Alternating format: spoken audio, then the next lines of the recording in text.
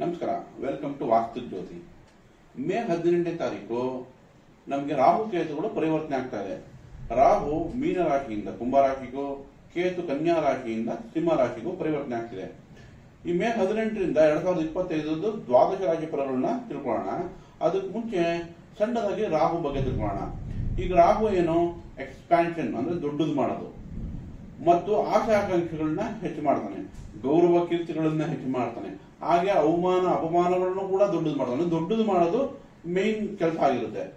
Rahu next ನಿಮ್ಗೆ electronics ಇರ್ಬೋದು, IT field ಇರ್ಬೋದು, ಅಡ್ವೊಕೇಟ್ಸ್ ಇರ್ಬೋದು, ರಿಸರ್ಚ್ ಓರಿಯೆಂಟೆಡ್ ಇರ್ಬೋದು, ಇವರು ಈ ಕೆಲಸ ಕಾರ್ಯಗಳನ್ನೆಲ್ಲ ಅದು ರೆಪ್ರೆಸೆಂಟ್ ಮಾಡುತ್ತೆ.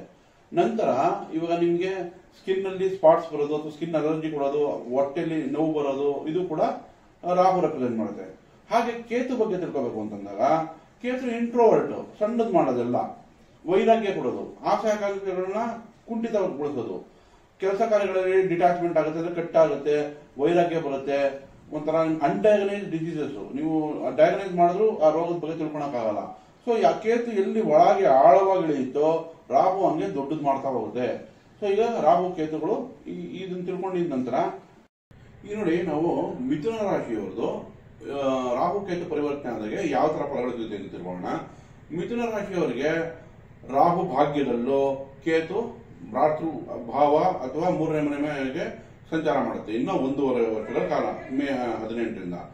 ಇವಾಗ ನಮಗೆ 3ನೇ ಮನೆ ಕೇತು ಬಂದಾಗ ಧೈರ್ಯ ಸ್ಥೈರ್ಯ ಹೆಚ್ಚುತ್ತೆ, ಪಿತ್ರಾಡಳಿತ ಆಸ್ತಿಗಳಲ್ಲಿ ಲಾಭ ಇದೆ. ಯಾರ್ಯಾರು ಜ್ಯೋತಿಷ್ಯ, ವಾಸ್ತು ಈ ವಿದ್ಯಾಭ್ಯಾಸದಲ್ಲಿದ್ದಾರೆ ಅಥವಾ ರಿಸರ್ಚ್ ಓರಿಯೆಂಟೆಡ್ ವಿದ್ಯಾಭ್ಯಾಸಗಳು, ಯಾರ್ಯಾರು ನಿಮ್ಗೆ ಸೈಂಟಿಫಿಕ್ ರಿಸರ್ಚ್ ಅಲ್ಲಿ ಕೆಲಸ ಮಾಡ್ತಾ ಇದ್ದೀರಾ ಅಥವಾ ಅದನ್ನು ಓದ್ತಾ ಇದ್ದೀರಾ, ಖಂಡಿತ ಅವ್ರಿಗೆ ಒಳ್ಳೆ ಅನುಕೂಲಗಳಾಗುತ್ತೆ. ನಂತರ ನೋಡಿ, ಭಾಗ್ಯದಲ್ಲಿ ರಾಹು ಬಂದ್ರೆ ತಂದೆಯ ಆರೋಗ್ಯದಲ್ಲಿ ಎಚ್ಚರಿಕೆ ವಹಿಸಬೇಕಾಗುತ್ತೆ, ದೂರ ಪ್ರಯಾಣಗಳು ಹೆಚ್ಚುತ್ತೆ, ಅದೃಷ್ಟದಲ್ಲಿ ಸ್ವಲ್ಪ ಏರುಪೇರುಗಳು ಬರುವಂತ ಚಾನ್ಸಸ್ ಇರುತ್ತೆ. ಈಗ ನಮ್ಗೆ ಹೊರದೇಶದಲ್ಲಿ ವಿದ್ಯಾಭ್ಯಾಸ ಮಾಡೋರಿಗೆ ಅನುಕೂಲಗಳು ಹೆಚ್ಚಾಗುತ್ತೆ. ಈಗ ನೀವು ಹೈಯರ್ ಎಜುಕೇಶನ್, ಈಗ ಇಂಜಿನಿಯರಿಂಗ್ ಮಾಡ್ತಾ ಇರೋ ಅದರಲ್ಲೂ IT ಫೀಲ್ಡ್, ಎಲೆಕ್ಟ್ರಾನಿಕ್ ಫೀಲ್ಡ್ ಅಥವಾ ಫಾರ್ಮಸಿ ಅಥವಾ ಮೆಡಿಕಲ್, ಇಂಥ ಎಜುಕೇಶನ್ ಮಾಡ್ತಿರೋರಿಗೆ ತುಂಬಾ ಒಳ್ಳೆ ರಿಸಲ್ಟ್ ಕೊಡುತ್ತೆ. ಎಕ್ಸ್ಪೋರ್ಟ್ ಇಂಪೋರ್ಟ್ ಮಾಡೋರ್ಗಾಗ್ಲಿ ಅಥವಾ ಸ್ಟಾಕ್ಸ್ ಶೇರ್ಸ್ ಮಾಡೋರ್ಗಾಗ್ಲಿ ಖಂಡಿತ ಅವ್ರಿಗೂ ಕೂಡ ಮಿಥುನ ರಾಶಿಯವರಿಗೆ ಈ ಭಾಗ್ಯದ ರಾಹು ಅನುಕೂಲಗಳು ಮಾಡಿಕೊಡುತ್ತೆ. ಆದ್ರೂ ಕೂಡ ಎಚ್ಚರಿಕೆ ಏನು ವಹಿಸಬೇಕು ಅಂದ್ರೆ, ಇನ್ನು 1.5 ವರ್ಷ ಬಿಟ್ಟು ರಾಹು ಅಷ್ಟಮಕ್ಕೆ ಹೋಗ್ತಾ ಇರುತ್ತೆ. ಅದಕ್ಕೆ ಈಗ ನೋಡಿ, ಕಾರ್ಯಕಾರಣ ಸಂಬಂಧ ಅಂತೀವಿ, ಅದಕ್ಕೆ ತಕ್ಕಂತೆ ಈಗ ಪ್ಲಾನ್ ಮಾಡ್ತಾ ಇರ್ತೀರಾ. ಹಾಗಾಗಿ ಎಚ್ಚರಿಕೆ ವಹಿಸಿ, ಹೊಸ ಸ್ನೇಹಿತರು ಅಥವಾ ಹೊಸ ಇನ್ವೆಸ್ಟ್ಮೆಂಟ್ ಮಾಡಕ್ಕೆ 2 ಸರಿ ಮುಂಚೆ ಯೋಚನೆ ಮಾಡಿ. ಆದ್ರೂ ಕೂಡ ನೋಡಿ, ಮಿಥುನ ರಾಶಿಗೆ ಈಗ ಮೇ 15 ಗುರು ಬರ್ತಾ ಇದೆ. ಗುರು ದೃಷ್ಟಿ 9ನೇ ಭಾಗ್ಯದ ದೃಷ್ಟಿ ರಾಹು ಮೇಲಿರೋದ್ರಿಂದ ಅದು ಖಂಡಿತ ಬ್ಯಾಲೆನ್ಸ್ ಮಾಡುತ್ತೆ, ಎದುರ್ಕೊಳ್ಳುವಂತ ಅವಕಾಶ ಇಲ್ಲ. ರಾಹುವಿಂದ ಲಾಭ, ಭಾಗ್ಯದ ಸ್ಥಾನಕ್ಕೆ ರಾಹು ಬರೋದ್ರಿಂದ ಲಾಭಗಳೇ ಇದೆ. 3ನೇ ಮನೆ ಕೇತು ಅಂತೂ ನಿಮ್ಗೆ ಖಂಡಿತ ಒಳ್ಳೆಯದೇ ಮಾಡ್ತಾನೆ. ಸೊ ಈಗ ನಿಮ್ಗೆ ರಾಹು 9ರಲ್ಲಿರೋದು ಸ್ವಲ್ಪ ಮಟ್ಟಿಗೆ ಪರಿಹಾರ ಬೇಕಾಗಿದೆ. ಈಗ ರಾಹುಗೆ ಪರಿಹಾರ ಯಾವ ತರ ಬರುತ್ತೆ?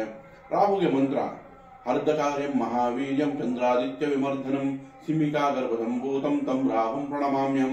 ಈ ಮಂತ್ರಗಳು ದಿನನಿತ್ಯ 21 ಬಾರಿ ಹೇಳ್ಕೊಳ್ಳೋದ್ರಿಂದ ಖಂಡಿತ ತಕ್ಕ ಮಟ್ಟಿಗೆ ರಾಹು ಪರಿಹಾರ ಆಗುತ್ತೆ.